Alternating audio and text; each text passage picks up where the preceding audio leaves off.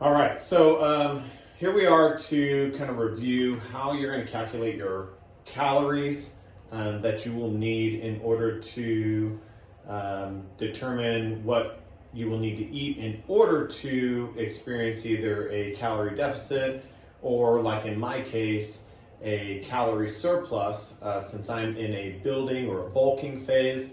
But you can use the same equation to help you to get into a calorie deficit or a dieting phase, a cutting phase, however you want to define that particular phase. So there's a few items that are really necessary for you to know. One of the main things is called your basal metabolic rate. Now, your basal metabolic rate, which is also the acronym BMR, that is what your body will burn, or how many calories your body would burn on a daily basis without taking into account any sort of activity. So activity would include things like what we call EAT, EAT, exercise activity thermogenesis. There's also what's called non-exercise activity thermogenesis, or NEAT. The difference between the two is exercise activity would be something where you are intentionally working to exercise, where non-exercise activity could include something as small as fidgeting, could be walking to and from your car, walking around your office to go to the break room or back. But all those that's non-exercise activity. Exercise activity would be things that you're doing in the gym, maybe the runs you're going with, maybe your HIIT training over at Fit Body Bootcamp. So the third area is your thermic effective feeding. So also TEF, that's how many calories your body burns digesting food. That can range anywhere from 10 to 20% of your calories that are burnt. And so all of those go under the guise of activity. So your basal metabolic rate doesn't take that into consideration. The only thing that basal metabolic rate takes into consideration is what is necessary for you to function at a basic level, circulate your blood, keep your brain functioning, regulate your body temperature in order to survive without any sort of activity. So there are a number of different ways that you can calculate this. You can use what I have here is just a basic calculation, take into consideration how tall you are, how much you weigh, and how old you are. You can get real deep into it by determining what your lean body mass is and your height and your age, gender, that kind of stuff.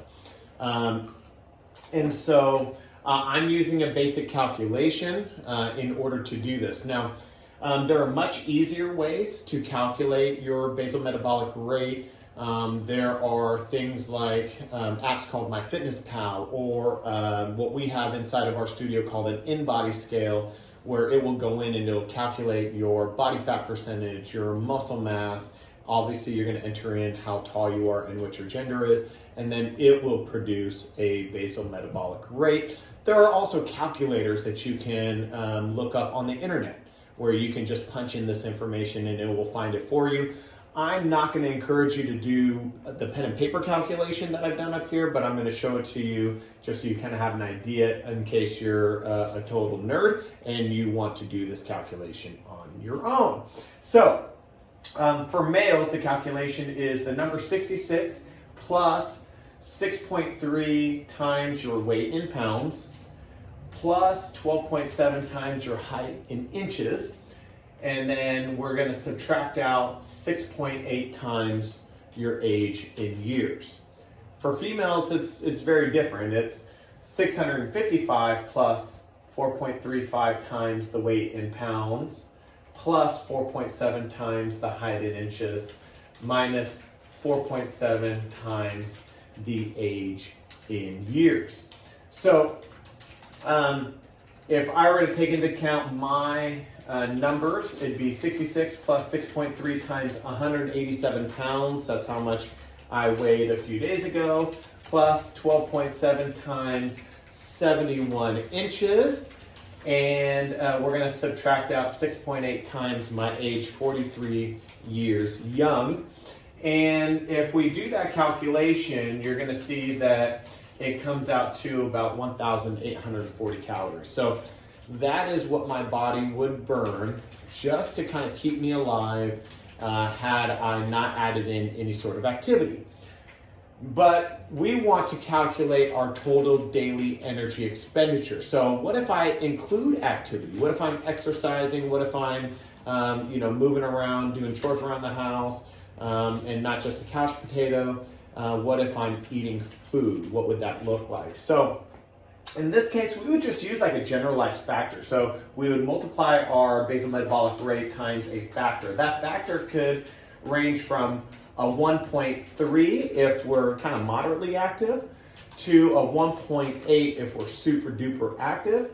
I decided to just use a basic number of 1.3 or a basic factor of 1.3. So 1840 times 1.3 comes out to 2,394 calories. So if my body was fully fueled and I was not trying to lose weight and I was not trying to gain weight and I was moderately active, I'd probably burn somewhere around 2,400 calories per day on a very, very basic level. All right. Now, like I said, you don't have to do this calculation. It's probably not absolutely necessary. So what I'm going to do is I'm going to erase all of this. And what I'm going to do is we're going to take these numbers and we're going to then determine what is a calorie deficit and what is a calorie surplus. So there's a few items that we need to know, okay? It's a pretty standard fact that 3,500 calories is equal to 1 pound of body weight. Meaning, if I want to gain 1 pound or if I want to lose 1 pound, I need to either eat 3,500 extra calories above my basal metabolic rate or my total daily energy activity or energy expenditure, or I need to eat less than 3,500 calories or eat 3,500 calories less than my total daily energy expenditure.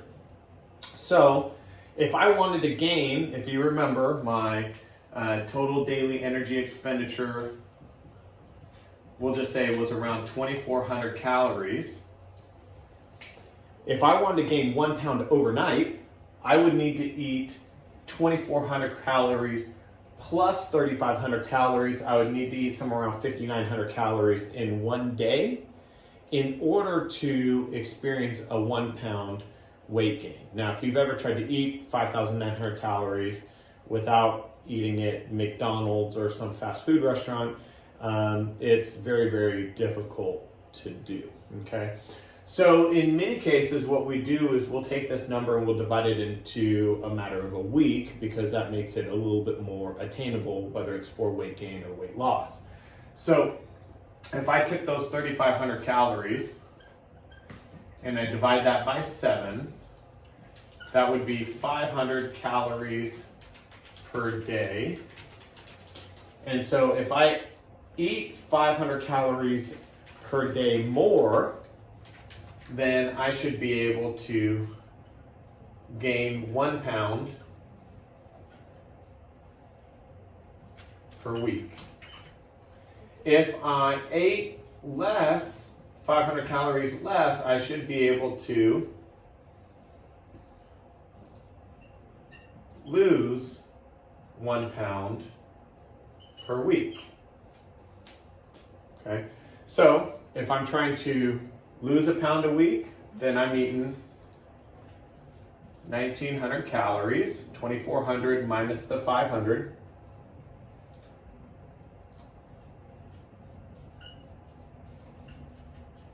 If I want to gain 1 pound per week, like I'm trying to do in my build or my bulk, then I need to eat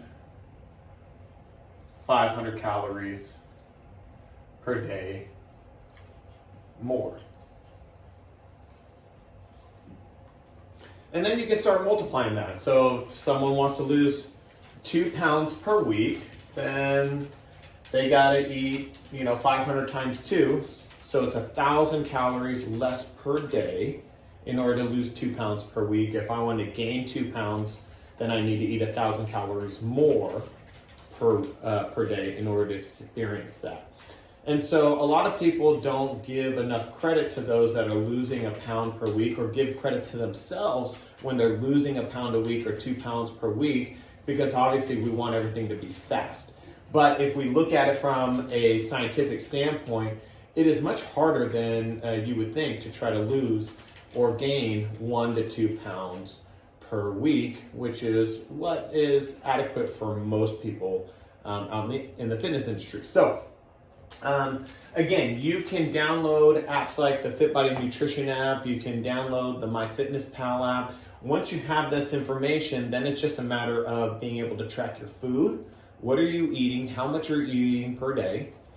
And what are your macronutrients?